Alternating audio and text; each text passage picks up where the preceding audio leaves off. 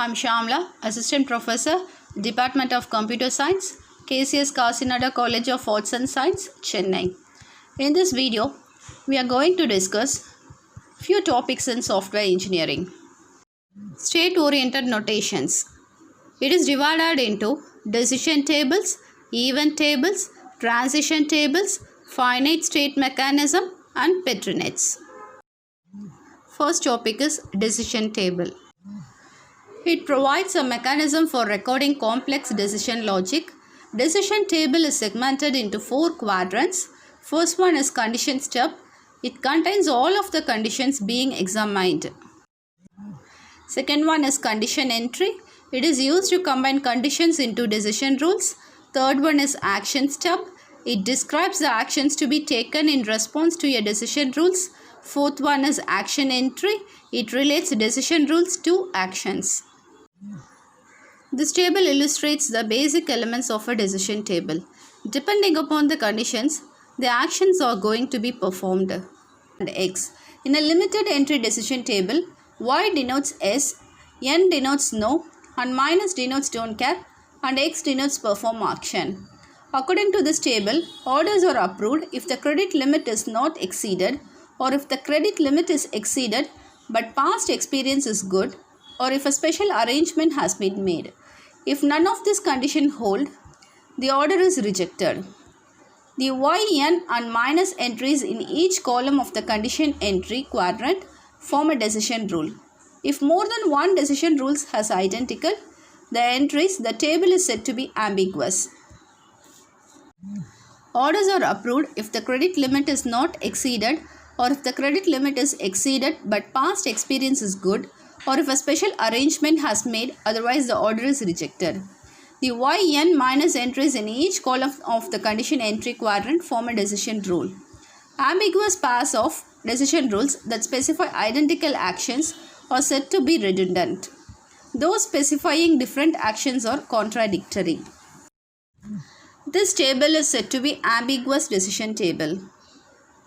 This table illustrates redundant rules R3 and R4 and contradictory rules R2 and R3 and R2 and R4. R3 and R4 are redundant rules. R2 and R3, R2 and R4 are contradictory. A decision table is complete if every possible set of conditions has a corresponding actions prescribed.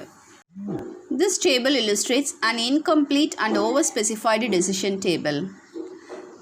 In this table, the combination N for conditions C1, C2 and C3 has no action specified. Note also that the condition YN specify both actions A1 and A2. This multiply specified action may be desired, or it may indicate a specification error. It specifies actions to be taken when event occur under different set of conditions. A two-dimensional event table relates actions to two variables. F of m, e is equal to a. M denotes the current set of operating conditions. E is the event. A is the actions to be taken.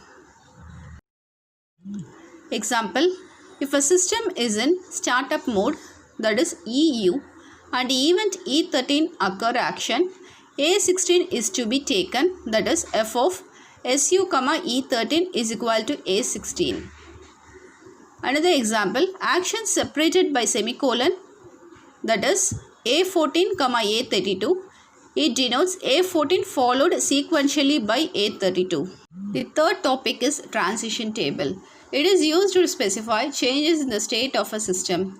Given the current state and the current condition, the next state results. That is F of Si, Cj is equal to Sk. Sk is equal to next state, Cj is equal to current condition, and Sj is equal to current state. This table illustrates the format of a simple transition table. This table given the current state S1 and current input B. The system will go to state S0, that is F of S1, B is equal to S0. The transition table that is augmented to indicate actions to be performed and outputs to be generated in the transition to the next state. This table illustrates the transition diagram corresponding to the transition table.